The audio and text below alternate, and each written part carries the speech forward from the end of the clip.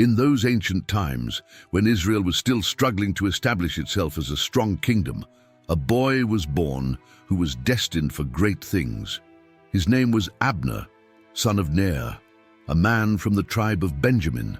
From an early age, he knew life among warriors, hearing stories about the judges who ruled before the kings and the enemies who threatened his people. His lineage linked him to royalty, as his father was related to a man who, years later, would be chosen as Israel's first king, Saul. But Abner still didn't know what the future held for him. Growing up in a time of battles, Abner learned early on that a man's strength lay not only in the arm that wields the sword, but in the mind that strategizes. He saw the soldiers training, the wounded returning from battle, and the elders discussing plans to protect the land of Israel. He watched everything with attentive eyes. His body became strong, his reflexes sharp, his courage unshakable. Check out more Bible stories full of emotion by subscribing to the channel now and activating the bell to receive all notifications. If you like the content, feel free to support our work with a donation by clicking on the Thanks a Lot button. You can also become a member of the channel and enjoy exclusive benefits. Then the day came when a prophet in worn-out robes appeared in Benjamin. His name was Samuel. His words echoed like thunder, announcing that God had chosen a king for Israel.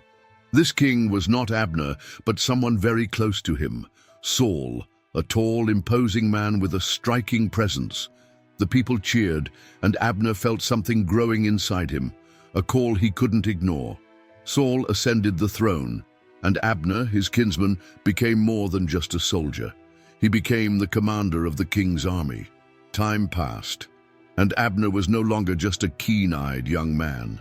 Now he was a man of war, a respected leader, someone who carried the weight of the decisions that determined life and death on the battlefield. He didn't just serve King Saul, he was the monarch's right-hand man, the mind behind many victories and the sword that imposed the kingdom's will. His fame grew along with his experience, and soon his name became feared among Israel's enemies. Wars were constant. The Philistines, implacable enemies, never gave up trying to subdue God's people. And every time they rose up, Abner was there, guiding the soldiers, strategizing, facing the dangers of the front line. He knew the metallic sound of swords clashing, the screams of men falling around him, the smell of earth mixed with blood. But war wasn't just about strength, it was a game of wits. And in this, Abner excelled. It was under his leadership that Saul's army became a powerful force. His men trusted him. They knew that when Abner raised his spear, the battle was far from lost. His every move was calculated, his every order carried the weight of experience. And so Abner's name spread, not only among the Hebrews, but also among their enemies, who whispered about Israel's ruthless commander. But not all wars were fought on the battlefield. There was another struggle starting within the kingdom itself, one that couldn't be resolved with swords or spears. Because while Abner was protecting Israel from external enemies, a new challenge was emerging right before his eyes. A young warrior, a sheepherder who had defeated a giant and won the hearts of the people. His name was David, and for the first time, Abner found himself facing a different kind of war, one that could change everything he had built. Abner always knew how to recognize a good warrior. He saw it in the look in a man's eyes, in the way he held his sword, in the way he stood firm in the face of danger. But David was different. He wasn't just a skilled warrior, he carried something that couldn't be trained, something that Abner couldn't name, but felt every time he saw him. When that young shepherd appeared in the camp, no one took him seriously. Saul's army was cowering before an enemy that seemed invincible, Goliath, the Philistine giant who challenged Israel every day. The soldiers were afraid, even the most experienced hesitated. But then, in front of everyone, David did the unthinkable. Without armor, without a sword, with only a sling and 5 stones, he faced Goliath. and with a single powerful blow, he felled the giant, sealing a victory that had seemed impossible. Abner saw it all with his own eyes. He saw the astonishment on the faces of the warriors, the fury of the retreating Philistines, the glimmer of something new in the soldiers' expressions. David's name began to be whispered throughout the kingdom, and before long, it was no longer just a name. It was a symbol of courage, of faith, of a future that might not involve Saul. The king initially welcomed David as a hero, but as the victories piled up and the people shouted his name with more enthusiasm than that of the monarch himself, Abner noticed the change. Saul began to look at the young warrior not with pride, but with fear. Fear of losing the throne, fear of being forgotten, fear of what David could become. And so Abner's loyalty was put to the test. He had always served Saul, but for the first time he saw that the king was gripped by something more dangerous than any enemy army: envy. And when Saul began plotting David's downfall, Abner had to decide how far his loyalty would really go. But he wasn't the only one making choices, because David was also about to change the course of history. The days in the palace were no longer the same. The air seemed heavy with mistrust. Saul, once a strong and determined king, now spent sleepless nights tormented by thoughts that no one could dispel. He saw David everywhere, in the music the servants played, in the voices of the people who praised him, in the eyes of the soldiers who admired him. And for Saul, it was unbearable. Abner noticed the change. He saw when the king clenched his fists when he heard David's name, when his gaze darkened, when he saw the young warrior approaching. But even so, Saul insisted on keeping him close. David was still part of the army, still fighting for Israel, still behaving like a loyal servant. However, the line between trust and persecution was a thin one, and Saul, consumed by jealousy, finally crossed it. One night, during one of those moments of rage that came without warning, Saul took his spear and threw it at David. The blow was quick, accurate, but not enough. David dodged at the last moment, and the weapon sank into the wall behind him. The silence that followed was deafening. Abner, who had witnessed everything, remained motionless. He served the king, but at that moment he saw something he had never imagined he would see. Saul wanted to kill David, not with strategy, not with politics, but with his own hands. From then on, there was no turning back. David fled, and Abner knew that this escape wasn't just that of a man trying to save his own life. It was the beginning of something bigger, the harbinger of a change that no one could stop. Saul would not accept this escape as a silent defeat. He would do everything he could to hunt David down, to erase his threat before it became real.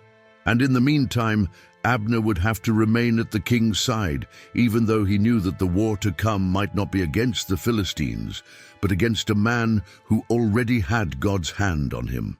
And that was a battle Saul could never win. The chase began as a whisper in the corridors of the palace, but soon became the only topic among the soldiers. David had fled, and Saul would not rest until he found him. The king rallied his men and ordered relentless hunts, sending troops into the deserts, the caves, the valleys, wherever the young warrior could hide.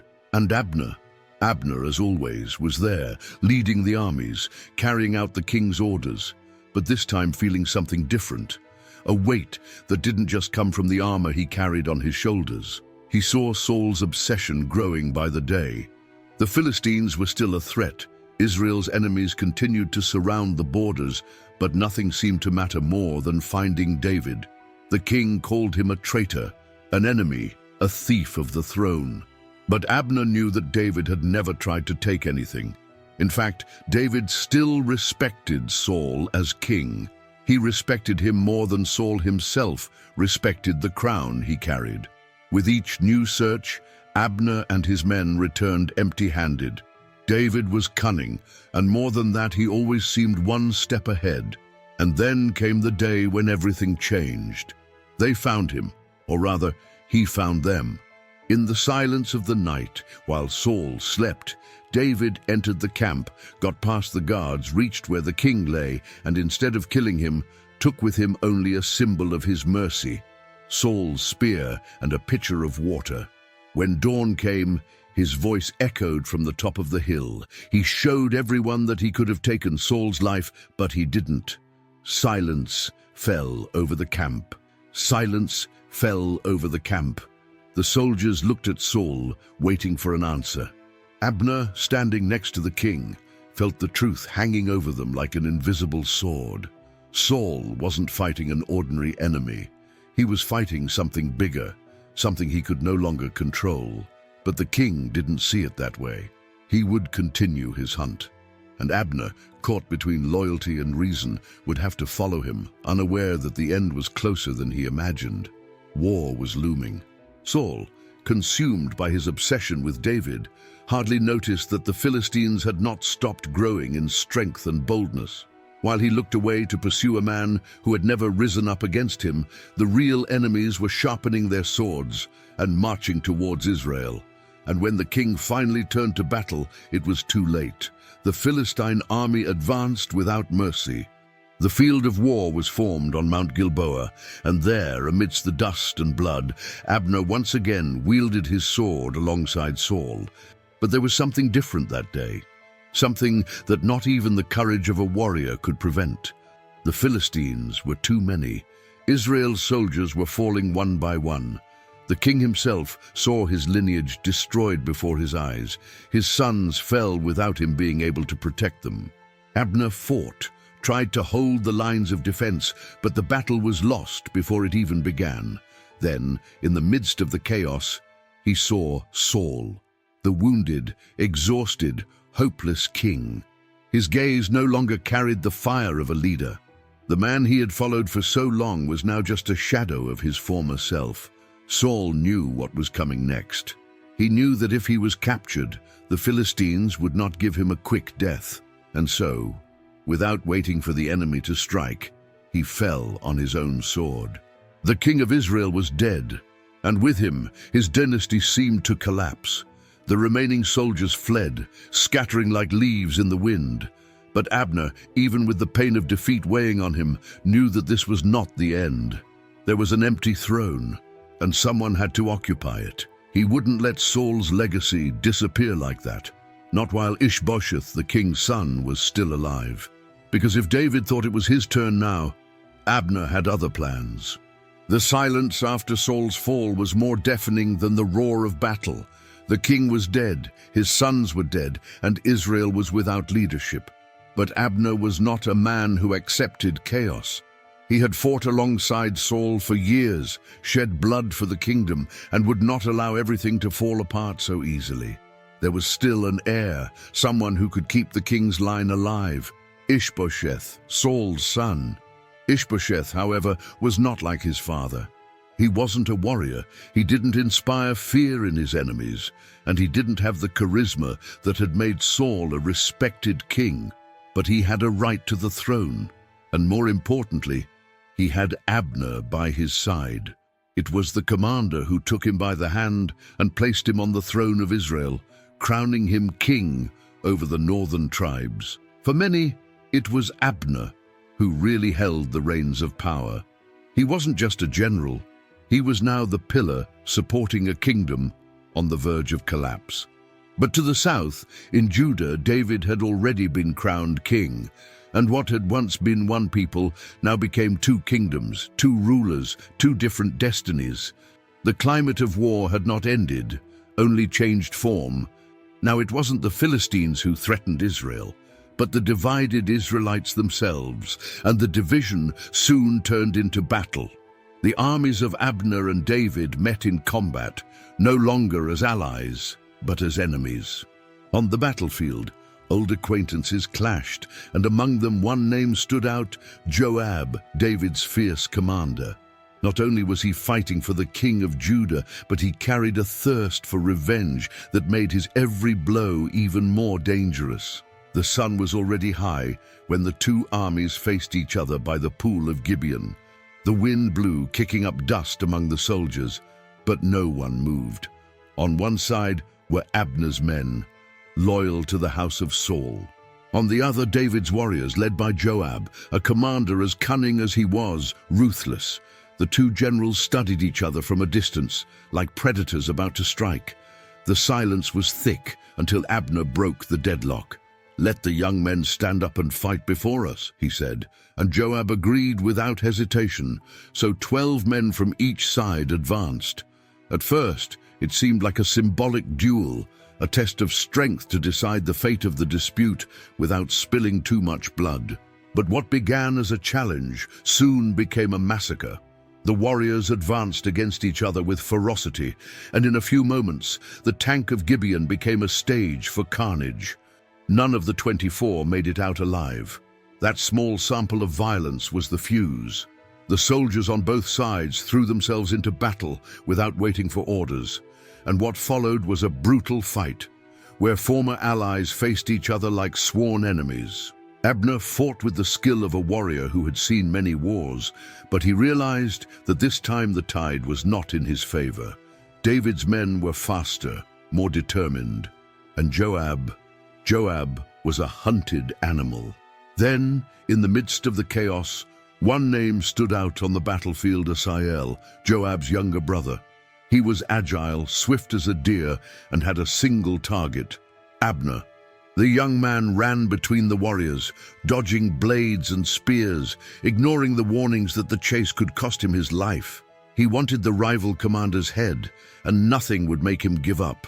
But Abner had seen young men like him before, bold, impetuous, and often doomed by their own haste.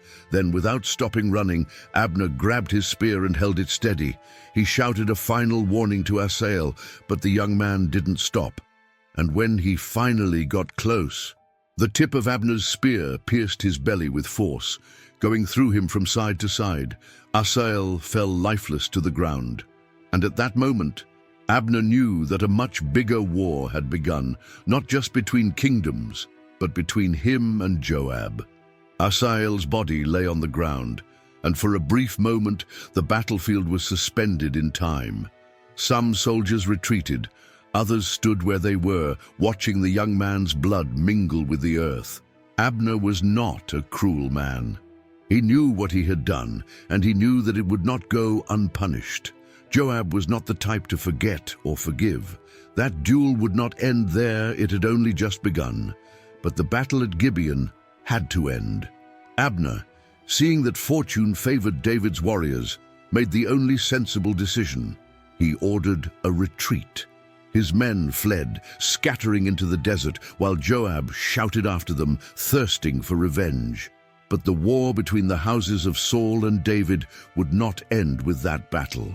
On the contrary, it would drag on for years. Time passed, and Abner realized that Ishbosheth, the king he had put on the throne, was not strong enough to rule. The boy didn't have his father's courage, nor the respect of the warriors, nor the cunning to keep Israel together. Abner knew deep down that he was holding back a kingdom that was already beginning to crumble.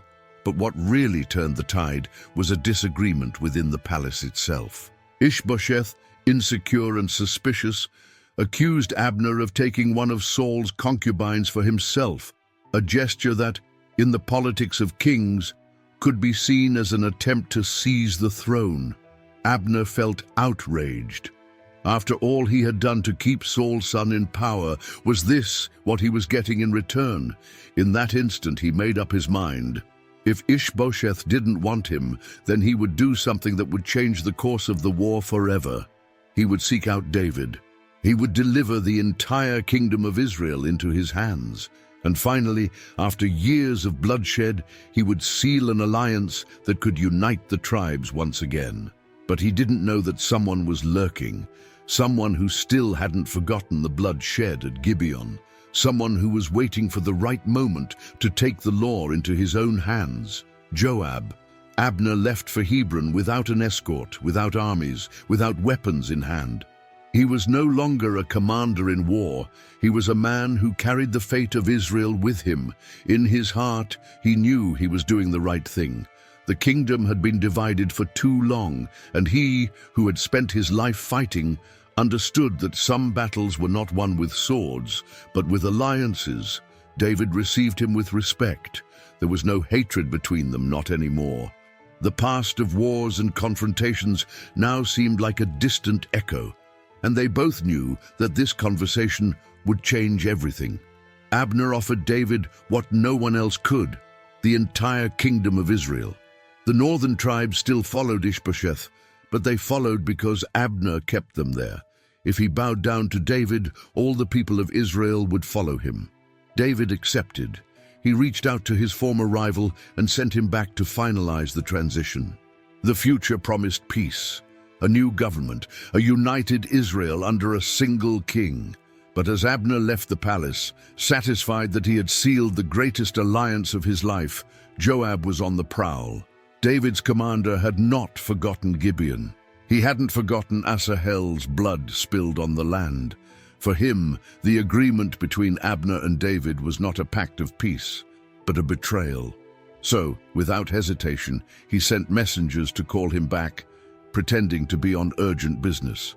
Abner returned, unsuspecting of what was to come. When he entered the gates of Hebron, Joab took him to a secluded corner and with a swift, cold blow, plunged a blade into his belly. There was no duel, no warning, no escape. The great commander fell right there, betrayed not by an enemy, but by the desire for revenge of a man who did not know how to forgive. When David heard of Abner's death, he was outraged. It was not an honorable death, not a warrior's death. The man who could have united Israel fell before seeing his own legacy fulfilled. Abner's body was taken away for burial, and David, in mourning, accompanied the procession with a heavy countenance. This was not how this story was supposed to end. The man who bore the brunt of the war, who tried to keep Saul's house standing, and finally who chose peace over conflict, now lay in the dust, betrayed, before he could see the fruit of his last act. Joab thought he had taken revenge, but in fact he had only stained his hands with blood that would not erase his pain. David ordered that Abner be buried with honors. He didn't allow this death to go unnoticed, nor did he allow it to be forgotten as a simple consequence of the war. Did not Abner die as a fool dies? He lamented in front of the people, making it clear that the betrayal had not come from him. And that's how everyone knew that Abner wasn't just a commander who changed sides. He was a man who tried to put an end to the cycle of violence before it was too late. But the lesson his story carries goes beyond wars and political alliances. Abner teaches us that loyalty comes at a price, and not always those we serve will know how to recognize it. He fought for Saul, protected his kingdom, and in the end was rejected by a weak and suspicious king. And yet he chose to do what was right, even if it meant leaving behind what he had built. His death reminds us that pride and a thirst for revenge always come at a high price. Joab, in taking his life, found no peace, just another name on his list of sins. And David, in weeping for Abner, showed that greatness does not lie in destroying enemies, but in recognizing the value of those who once fought on the other side. Abner's story ends in the dust of Hebron, but his story echoes as a reminder. Sometimes the greatest warriors are not those who win battles, but those who know when it's time to stop fighting. If you liked Abner's story and want to continue following other stories of faith and overcoming, be sure to like this video and share it with those you love. And of course, subscribe to the channel so you don't miss out on any new content. Together, let's explore more powerful lessons from the Bible.